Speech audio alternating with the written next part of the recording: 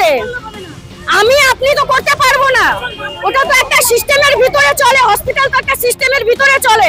সেখানে বাইরের লোকগুলো কি করে যায়? বাইরের লোক সেখানে কি করে যায়? আমি আপনি তো যেতে পারবো না। একটা পেশেন্ট পার্টিকে দেখতে গেলে 50টা সিকিউরিটি গার্ড ওভারলোড করে তাদেরকে যেতে হয়।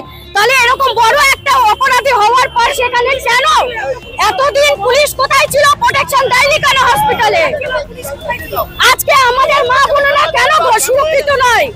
লোকে বলে রাত্রিবেলা মা বোনেরা বেরোবে বদলো, তাহলে দিনের বেলা কোথায় আছে সুরক্ষিত? আমরা কোথায় সুরক্ষিত আছি? কোথায় সুরক্ষিত আছি?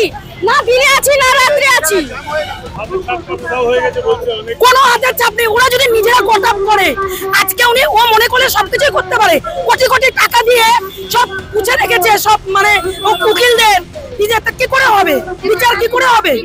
হাতের চাপ উদাহরণ করবে না কেন?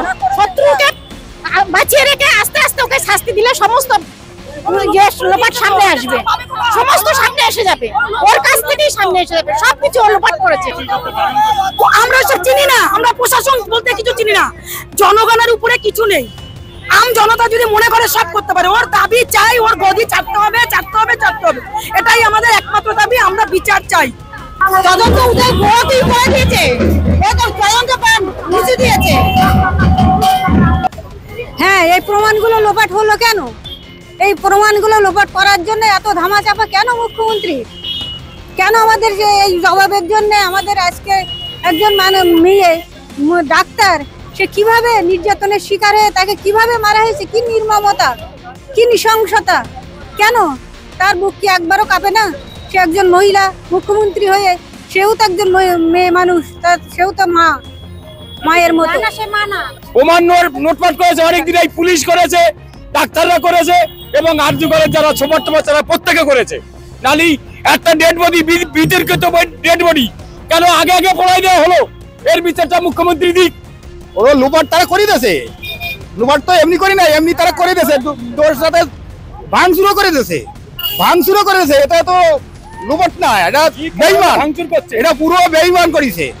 আজকে তার জন্য মৌতরাও খেপে গেছে যে না, এই অরাজক দেখা যাবে না, একদম আন্দোলনে থাকবে। মৌতরা সিংহের বাচ্চা, মৌতরা সিংহের বাচ্চা, ওরা যেটা করবে সেটা করবেই, ওরা ফেরবে না। ওরা বাঘ দেখুক, ভালুক দেখুক, ওরা ফেরবে না, ওরা চলে আসবে। ডাক্তার যখন মারা গেছে, তাহলে আমাদের মৌতরা প্রত্যেকে আন্দোলনে আছে, প্রত্যেক সারা ভারতবর্ষের মৌতরা আন্দোলনে থাকবে।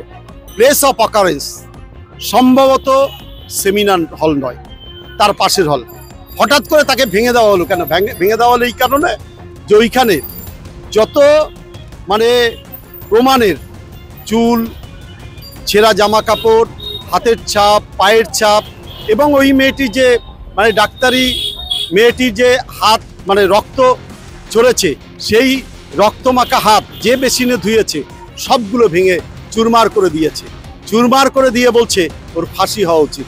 কারণ হচ্ছে একজন সিভিক ভলান্টিয়ারকে ধরে তাকে মানে ফাঁসি দিয়ে অ্যাকচুয়ালি প্রকৃত পক্ষে যারা এর সাথে যুক্ত তাকে সাইড করে দিচ্ছে কত টাকার বিনিময়। এবং এই পুলিশের এবং রাজ্য সরকারের কি হয় এই ধর্ষকরা?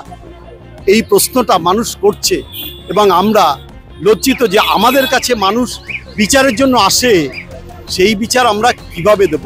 মানুষ প্রচণ্ড হতাশগ্রস্ত, আমরা আতঙ্কিত ব্যক্তিগত। কারণ আমি অ্যাডভোকেট হতে পারি, আপনি সাংবাদিক হতে পারেন, এই সাধু ভাই বাড়িতে গেলে শেষ অবধি আমরা একদম সবাই হচ্ছে আমরা পরিবারের সদস্য।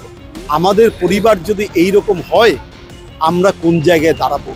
মানুষ তো সরকারের উপরে, পুলিশের উপর আস্থাশীল, লাস্ট শেষ বিচারে চায় কোর্টের উপরে। সেই কোর্ট বিচারের ক্ষেত্রে যদি তাদের কোনো জায়গায় ভিতটা নড়ে যায়, তাহলে তারা এই ভারতবাসী প্রচণ্ডভাবে হতাশগ্রস্ত হয়ে যাচ্ছে।